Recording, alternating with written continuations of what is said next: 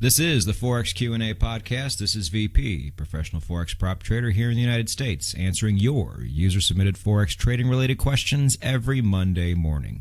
Now, if you have a Forex trading-related question that you would like answered, and you have gone through all of the material, and that includes all of the podcasts, because chances are I have already answered your question on a podcast. But if it's not there, go to nononsenseforex.com/askvp. Fill out the form and I will get back to you typically within 48 hours.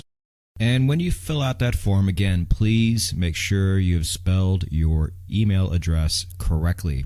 This is still happening. I had 3 this week. So if you are from South Africa or you are from France and you do not get a reply this week, it is because you did not give me a proper email address to send the answer back to. So please go do that and try again. I certainly don't want people to think I'm not responding.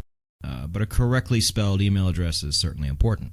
So on to more exciting things. I am putting together a resources page on the website.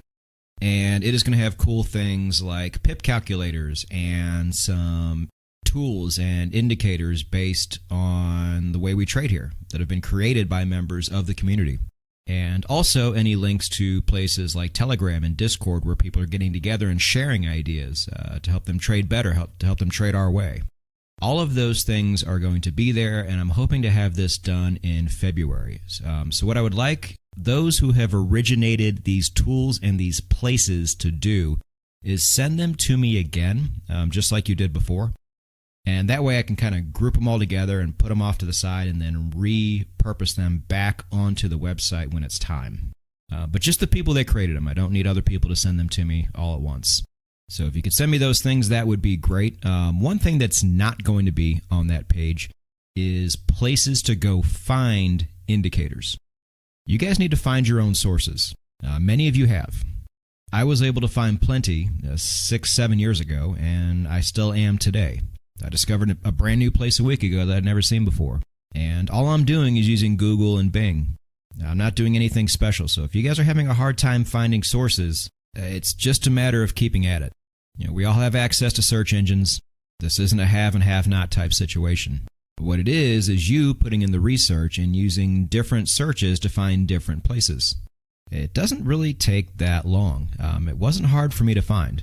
And if it was hard for me to find, I would keep doing it until I found it. And I know if I kept at it, I'd eventually find something. So I don't have a whole lot of sympathy for people who come out and say, I can't find where the indicators are. I don't know what to do. Keep searching. If I can find them, you can find them. If most of the community can find them, you can find them too. And if you still can't, by the time that resources page is up and you want to go to some of the forums and ask them, you can feel free to do that. But that's going to be the one place that I'm not going to help you, because that's a place where I feel like you should really be able to help yourself. And to me, there's very little reason why you can't. So consider this the tough love portion of the show, because it's not that I don't believe that you're not trying. You're just not trying hard enough. And I'm not going to hand over all the sources that I discovered directly to you just because you couldn't find them on your first try. These places are out there. They're pretty easy to find. They're all on Google. You just have to reword your searches every once in a while and see what pops up. Different things will pop up if you do that. Now, if you're one of these people who can't find indicators, don't feel bad. At least I know you're trying. There's plenty of people out there who are not trying at all.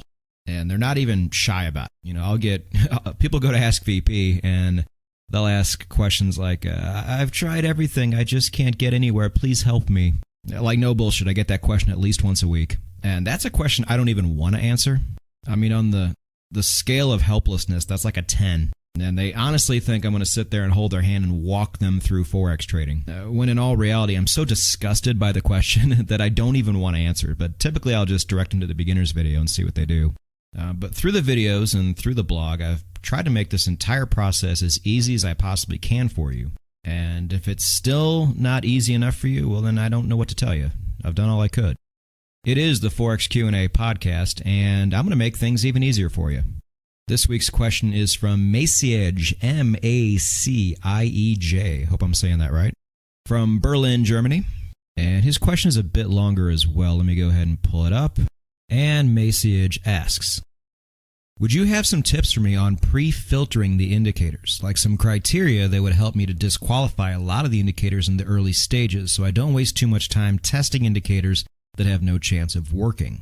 So I didn't really know how to paraphrase this question, but pretty much what he's asking is when you first start looking at these indicators for the first time, is there any way you can just look at it initially and say, you know what, this has no chance of working? And this is a great question because you absolutely can. Now, I've said it before, I've tested over 2,000 indicators, and that is true. And by testing, I mean I've actually downloaded them and ran them through a back test to see how well they work. But I have actually probably seen over 5,000, but I'm able to disqualify a lot of them right away. And this is great because it's going to eliminate a lot of wasted time that I'm going to spend on indicators that I knew were doomed from the start. And I have a feeling that this podcast is really going to help a lot of you test these as well, because if you can just look at an indicator right away and say, you know what, this might work, but the chances are so low it's not even worth my time testing it, then you can really rattle through a lot of these in a very short amount of time, and the process is going to seem a lot less daunting. So I'm going to go over 5 pieces of criteria that if for some reason the indicator falls under one of these 5, you can disregard it right away. And I'm going to do my best to show examples of these on the blog, just in case you need a visual as to what I'm talking about. But I think a lot of you have ran into these already, and you're going to know exactly what I'm talking about. But let's go ahead and get started. Number 1, an indicator that does nothing but just follow price. So if you were to pull up an oscillator like this and put it under any chart, and let's say you were able to grab it and put it on top of the chart, and it would just follow price as if you were taking your finger and just tracing price with your own finger, that's not going to help you at all. There's actually a lot of indicators that do this, and they're very easy to spot because they just pretty much mirror where price is going, and there's just no usefulness with these at all. The whole point of using a really great indicator is to have it show you something that you can't already see. And if it's just following price, well, you can already see that. So you can pretty much throw those out right away, and you're going to run into these quite a bit, and so it'll be really easy for you to just toss it aside. Number 2, so the people who create these indicators need to give you a screenshot to show you what it actually looks like. And when they do this, it is in their best interest all the time, if you're going to actually download it and give them credit or even buy it if it's something you're going to buy, they should give you an example to where it actually works. And if the example they provide can't even do that very well, it's probably not going to work when you try it. Now again, most of these programmers are not traders, but you are traders, and you know what you're looking for, especially by now. And if you can just eyeball it and say, man, even in the example they provided, this thing works terribly, you can pretty safely skip it. Now, of course, it might just be a matter of getting it and tweaking it and using it and testing it, but the odds are very low. And with over 10,000 indicators out there on the internet, you can't really afford to test all of them the same way. It just takes up too much time and energy. So when you get a chance like this to skip one, because even in the example provided it sucks, jump on the opportunity to skip it. Number 3, if an indicator is giving you too many signals.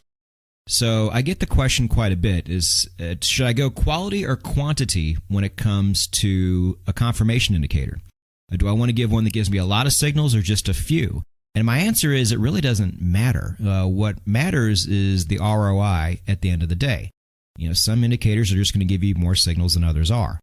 But at the end of the year, how many pips is it giving you? That's what you want to know. So it's not a matter of that.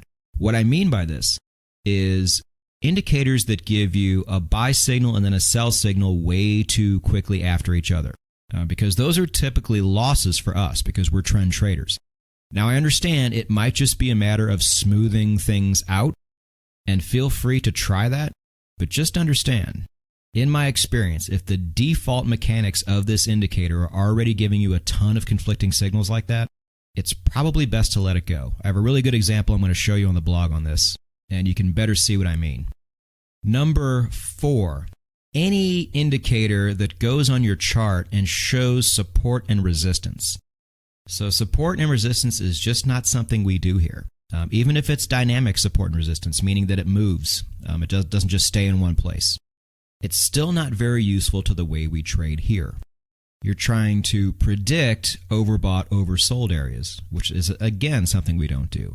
or you're trying to predict places in advance where price is going to break out, and you don't have that advanced knowledge. And these types of indicators don't either. So if you see these type of indicators pop up, you can feel free to push them aside. And now this is all assuming you want to trade the no-nonsense Forex way. You may not. So some of these might have some value to you, but if you're strictly trying to trade our way, they just don't. So you can easily push those aside as well. And then criteria number 5, this might be a bit controversial, but anything that you cannot modify, I'm generally not a big fan of. Every once in a while, you're going to get things that work really great on the default settings, like the ATR, for example. The ATR 14, I can't think of anything better than that. But we spoke about this in the Heikinashi video, too. You can't do anything to that indicator, which means the creators that put that forward said this is the absolute best version of this indicator.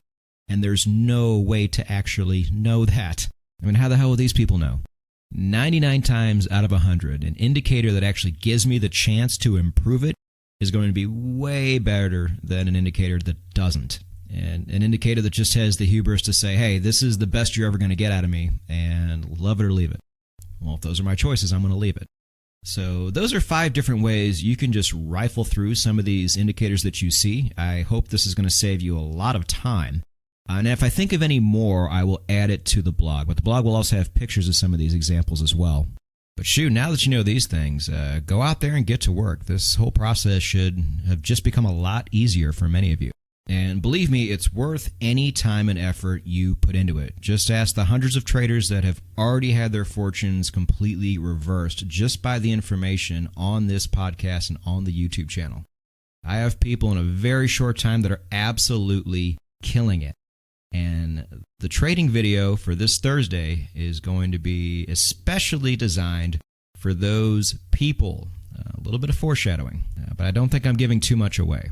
But no matter where you're at in this journey, it's still a really important video for you to watch.